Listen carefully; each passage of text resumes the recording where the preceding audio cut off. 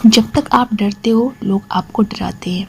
जिस दिन आपने जो गलत किया है उसे एक्सेप्ट कर लोगे तो उस दिन आपका डर ख़त्म हो जाएगा और जो लोग आप पर हावी हो गए हैं पानी के बुलबुले की तरह गायब हो जाएंगे। Hi, I am Neelu and I am a psychiatric counsellor. आज मैं बहुत ही सेंसिटिव टॉपिक पर बात करूँगी और काउंसलिंग भी करूँगी। मेरे पास बहुत सारे क्लाइंट आते हैं। आज मैं यंगस्टर की बात करूँगी जिसमें ज़्यादातर लड़कियाँ होती हैं। उनकी कुछ प्रॉब्लम्स होती है और जो यंगस्टर आते हैं उन्होंने ज़्यादातर सुसाइड अटैम्प्ट किया हुआ है और बहुत ज़्यादा डिप्रेशन में रहते हैं। चलें, मैं अपने एक क्लाइंट का केस डिस्कस करूँगी और कैसे अपने प्रॉब्लम से बाहर निकलना चाहिए ये बताऊँगी। मेरी क्लाइंट की एज 22 ईयर्स की है। उन्हें किसी लड़के से एफबी पर दोस्ती हुई और प्यार हो गया। 3 से 4 साल तक रिलेशनशिप में रहे वो और चैट और वीडियो कॉलिंग से उनका कांटेक्ट था। मेरी क्लाइंट ने अपनी कुछ पर्सनल पिक्चर अपने पार्टनर से शेयर कर दिए। कुछ टाइम तक सब सही चला, फिर वो लड़का अचानक से गायब हो गया। कुछ टाइम बाद वो फिर आया और उसकी पिक की वजह से, यानी कि मेरी क्लाइंट की पिक की वजह से उसे ब्लैकमेल करने लगा। वो लड़की यानी मेरी क्लाइंट बहुत डर गई थी।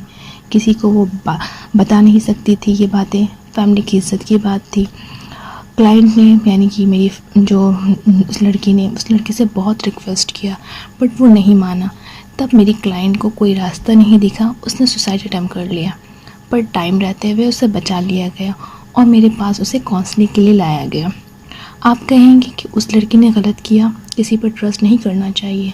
हाँ, ये बात सही है, पर इन कंडीशन में इन बातों का कोई मतलब नहीं। चलें, मैं आपको बताती हूँ। अगर ऐसी प्रॉब्लम कभी आपकी लाइफ में आ जाए या आपके फ्रेंड की लाइफ में आ जाए तो आपको क्या करना चाहिए।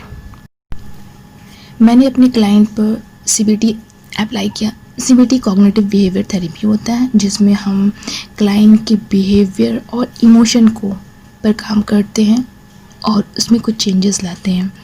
देखिए, हमारी काउंसलिंग का मतलब ये नहीं होता कि हम क्लाइंट को कोई एडवाइस या बताते हैं कि आगे क्या करना चाहिए। हम जो पूरी तरीके से इमोशनली डिस्टर्ब होते हैं उनके उस डिस्टर्बेंस को ठीक करते हैं ताकि वो सही डिसीज़न ले सके, क्योंकि हर इंसान को पता है कि रास्ता कौन सा सही है और कौन सा गलत है। बट जब आप इमोशनली ब्लैकमेलिंग झेल चुके होते हैं तो आपके अंदर सोचने समझने की ताकत ख़त्म हो जाती है, इसलिए आप सही से काम नहीं कर पाते हो। सबसे पहले मैंने अपनी क्लाइंट से पूरी प्रॉब्लम थी 2-3 सेशन में उसे हर चीज़ कहने को कहा। उसने सारी चीज़ें मुझे डिटेल में बताई। बट अगर आपके साथ अगर सिचुएशन ऐसा है और आप किसी के पास जा नहीं सकते तो आप अपनी पूरी प्रॉब्लम को एक डायरी में लिखें। सब कुछ लिख दें, दिल की हर एक बात। उससे क्या होगा, आपके अंदर का जितना गुस्सा है, फ्रस्ट्रेशन है, जितना रोना है आप रो लो लिख के। और उसके बाद क्या होगा कि आपका मन और दिमाग दोनों शांत हो जाएगा। ये एक दिन में नहीं होगा, उसे करने में 2-3 दिन लगेगा। ठीक है, मन और दिमाग जब शांत हो जाएगा तो आप सोने की कोशिश करें। ठीक है, अगर आपको फिर भी नींद नहीं आती है तो कुछ ऐसी एक्टिविटी करें जिससे आपका बॉडी थक जाए, तो आपको थकन की वजह से नींद आ जाएगी। इससे क्या होगा, इससे आप रिलैक्स हो जाओगे, क्योंकि जब आपका मन शांत हो जाएगा तो आप खुद ही सही तरीके से सोच पाओगे और सही डिसीज़न ले पाओगे। होता क्या है कि जो ब्लैकमेलर होता है वो आपको इमोशनली ब्लैकमेल करता है, जिससे आपके अंदर feelings of fear, guilt and anger, यानी कि आपके अंदर डर की फीलिंग आ जाती है, गिल्ट होता है, गुस्सा होता है। ठीक है, आप उससे बार बार अपोलोजाइज़ करते हो, माफ़ी मांगते हो।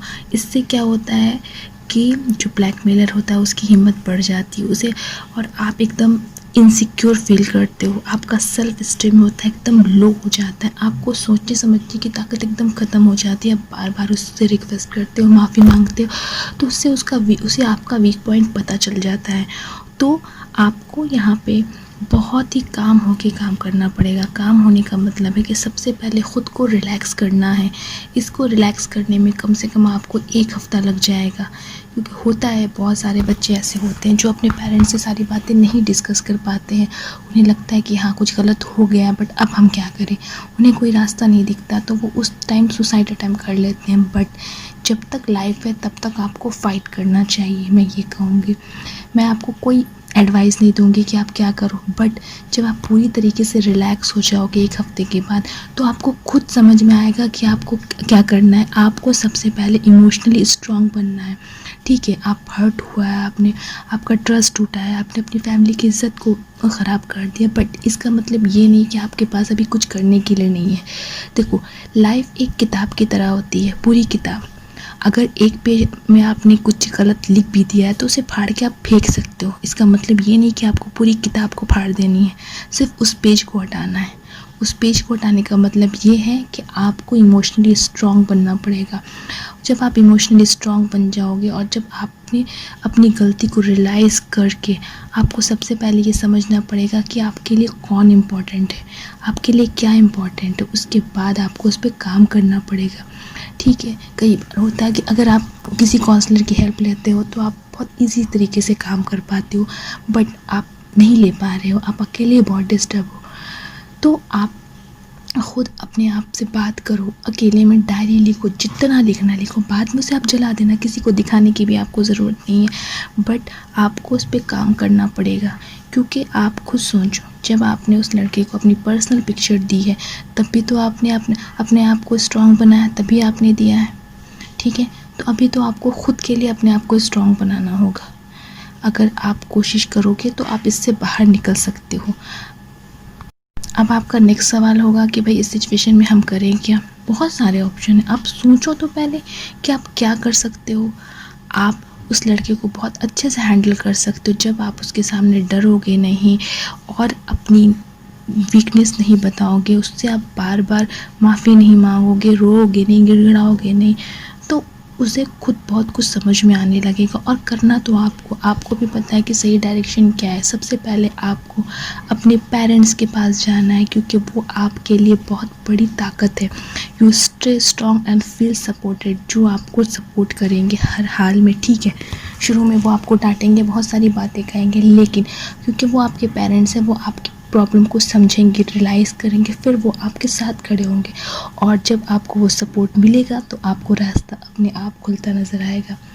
सेकंड स्टेप आपका ये होना चाहिए कि आपको सेव ऑल प्रूफ्स, जो उसने आपको भेजा है उसके आपके स्क्रीनशॉट रखना पड़ेगा, ताकि अगर आपको फ्यूचर में उसके ख़िलाफ़ लीगल एक्शन लेना पड़े तो आप आसानी से ले सको।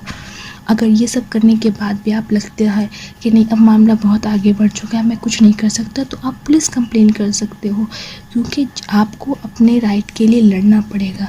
जब तक आप लड़ोगे नहीं, लोग आपको दाबते चले जाएंगे। और जब तक आप जीवन जीने के लिए आपको फ़ाइट करना ही पड़ता है। हर सिचुएशन अलग आती है, बट अगर आप उस सिचुएशन में फ़ाइट करते हो तो बहुत कुछ आप अपनी लाइफ से सीखते हो कि लाइफ ऐसे ही चलती रहती है। आई होप कि आपको इस वीडियो से बहुत कुछ हेल्प मिला हो।